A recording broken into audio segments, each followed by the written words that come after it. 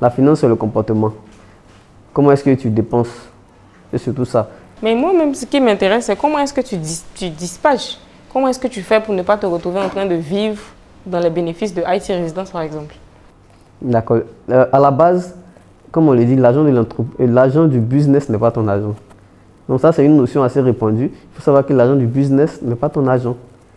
Parce qu'il y aura les bailleurs à payer, les factures à payer, les réparations à effectuer, les problèmes des résidents à prendre en charge.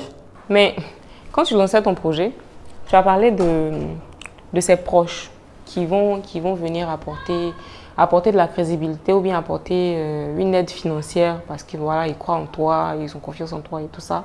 Donc tu parles quand même d'un financement officieux, d'accord? Ce n'est pas un prêt bancaire, ce n'est pas un financement d'une structure quelconque, c'est vraiment un financement officieux, quelque chose que tu rassembles. Comment tu fais pour ne pas te dire qu'avec toutes les galères que tu as vécues pour rassembler l'argent, là, tu mérites de vivre un peu dans ton argent? C'est ton argent? Okay.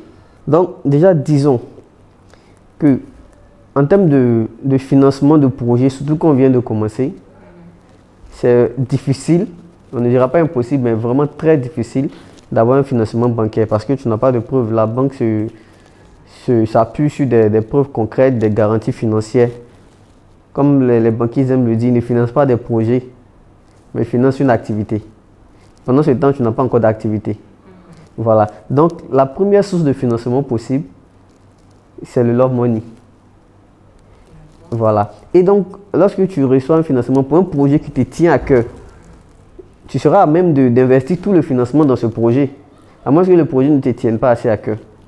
Donc, comme on le dit, c'est la vision. Quand la vision est déjà établie, on a l'amour de ce qu'on veut faire, on se donne tous les moyens qu'il faut. Tu peux être rejeté peut-être en allant demander un financement, tu peux être rejeté. Mais il faut noter aussi que ces financements, aux personnes à qui tu leur demandes, là, il faut aussi leur proposer des contreparties. Et c'est tout ça aussi la stratégie. On ne demande pas de financement aussi comme ça à quelqu'un, sans qu'il y ait un semblant d'intérêt aussi. Donc il faut que la personne ait un semblant d'intérêt. Si par exemple c'est ta maman, son intérêt c'est de voir son enfant réussir. Voilà. Donc même en partant vers ta maman pour lui demander un prêt, c'est de mettre peut-être cette réussite-là devant qui va peut-être te donner à toi l'indépendance de ne plus forcément dépendre de ce qu'elle te donne. Donc là, c'est un avantage pour elle.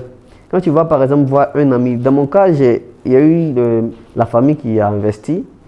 Il y a eu également des amis qui étaient là au départ comme des associés. D'encourager les jeunes comme moi qui veulent se lancer, même quand ils sont encore sur les bancs, de ne pas hésiter. Voilà, l'entrepreneuriat ne va pas t'empêcher de réussir tes études. Je crois que depuis la licence, j'ai pu faire jusqu'au master. Donc ça ne va pas t'empêcher de réussir tes études. C'est vrai, tu auras plus de responsabilités par rapport à un étudiant qui est juste étudiant, mais quand même tu auras plus d'expérience de la vie. Et comme on sait qu'après les études, c'est la vie, donc tu as une longueur d'avance. Même si après tu deviens travailleur, mais quand même tu as une longueur d'avance et tu auras beaucoup à apprendre dans la vie. Donc c'est de ne pas hésiter, de se lancer, de mettre les moyens qu'il faut et d'être des acteurs vraiment qui contribuent au succès de l'Afrique.